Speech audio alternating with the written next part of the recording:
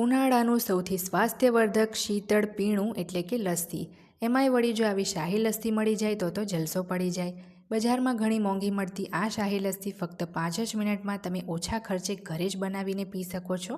તો ચાલો આ ટેસ્ટી મહારાજા એટલે કે શાહી લસ્સી કેવી રીતે બનાવવી એ પણ જોઈ લઈએ.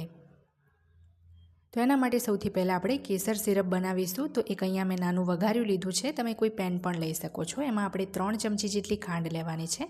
ત્યાર પછી એમાં 4 થી 5 ચમચી જેટલું આપણે પાણી ઉમેરીશું. આનાથી વધારે પાણી નથી લેવાનું. હવે એમાં એક ચપટી ભરી કેસર ઉમેરીશું અને સરસ ધીમા તાપે 2 મિનિટ આપણે આને ઉકળવા દેવાનું છે, જેથી ખાંડ પણ ઓગળી જાય અને જે કેસર છે એ પણ એનો સરસ પીળો કલર છોડી દે.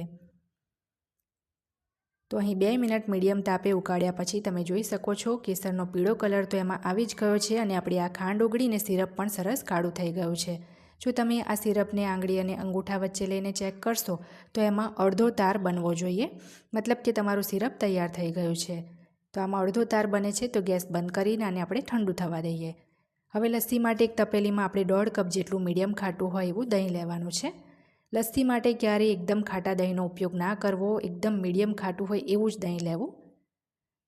હવે એની અંદર આપણે 1/4 કપ જેટલી દળેલી ખાંડ ઉમેરીશું. ખાંડ જે છે તમે લસ્સીને પછીથી ચાખીને પણ જો ખાંડ ઓછી લાગે તો એડ કરી શકો છો. 1.5 ચમચી જેટલું અહીંયા પાણી ઉમેરીશું અને સરસ આપણે આને ફેંટી લેવાનું છે. જો તમારી પાસે આવી વલોણી ના હોય તો જે આપણી સાદી એલ્યુમિનિયમની 2 હાથે ફેરવીને આપણે વલોવીએ છીએ એવી વલોણીથી પણ વલોવી શકો છો, નહીં તો પછી વિસ્કરની મદદથી પણ ફેંટી શકાય છે. તો સરસ વલોવાઈ જાય પછી આપણે એમાં 4 જેટલા બરફના ટુકડા ઉમેરીશું, જેથી આપણી લસ્સી સરસ ઠંડી થઈ જાય. અને આ બરફના ટુકડા જે છે આપણે અહીંયા આખા દહીંમાં નથી ઓગળવા દેવાના, નહીં તો પછી લસ્સી બહુ પતલી થઈ જશે. આપણને લાગે કે લસ્સી ઠંડી થઈ ગઈ છે એટલે ચમચીથી આપણે આ બરફના ટુકડાને બહાર લઈ લેવાના છે. તો આપણી આ લસ્સી સરસ રેડી થઈ ગઈ છે, પ્લેન લસ્સી. તો બરફના ટુકડાને પણ આપણે બહાર લઈ લેવાના છે. એકદમ સ્મૂધ કન્સિસ્ટન્સીની આપણી આ લસ્સી હોવી જોઈએ અને ભૂલથી પણ એને મિક્સરમાં નથી ફેંટવાની, નહીં તો પછી એકદમ જ એ પાણી જેવી પતલી થઈ જશે. તો આપણી આ પ્લેન લસ્સી તૈયાર થઈ ગઈ છે અને આપણે હવે ગ્લાસમાં સર્વ કરી લઈશું. તો અહીં આ લસ્સી જે છે અહીંયા 2 ગ્લાસમાં આપણે સર્વ કરીશું.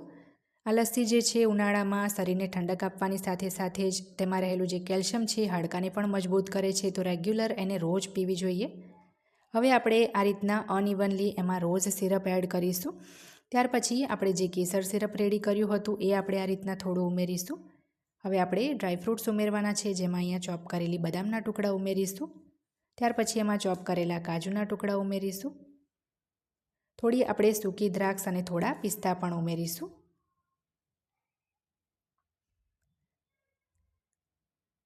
હવે આપણે ઉપરથી મીઠો માવો એડ કરવાનો છે. તો હાથથી આ રીતના ક્રમ્બલ કરીને આપણે મીઠો માવો એડ કરીશું. આ જે મીઠો માવો છે એ પણ મેં ઘરે જ તૈયાર કર્યો છે. જો તમારે ઇન્સ્ટન્ટ મિલ્ક પાવડરમાંથી તૈયાર કરવો હોય તો પણ તમે કરીને લઈ શકો છો. ફરીથી થોડી બદામ, સૂકી દ્રાક્ષ અને પિસ્તા એડ કરવાના છે. ત્યારબાદ આપણે ફરીથી જે સિરપ હતું, રોઝ સિરપ અને જે કેસર સિરપ, એ આપણે ફરીથી થોડું થોડું એડ કરવાનું છે. પણ પહેલાં આપણે જે ગ્લાસમાં ખાલી જગ્યા દેખાય છે ત્યાં થોડો થોડો મીઠો માવો એડ કરી દઈએ. હવે આપણે કેસર સિરપ એડ કરી દઈશું અને સૂકા ગુલાબની પાંખડીથી આપણે આ લસ્સીને ડેકોરેટ કરી લઈશું. તો આપણી આ ફક્ત 5 જ મિનિટમાં મહારાજા લસ્સી એટલે કે શાહી લસ્સી બનીને તૈયાર છે. આજની આ રેસીપી ગમી હોય તો રેસીપી ટ્રાય કરી ચેનલને સબસ્ક્રાઈબ કરવાનું ના ભૂલતા. પાસે આવેલા બેલ બટનને પણ જરૂર દબાવજો, જેથી દરેક નવા વિડીયોની નોટિફિકેશન તરત જ તમને મળે.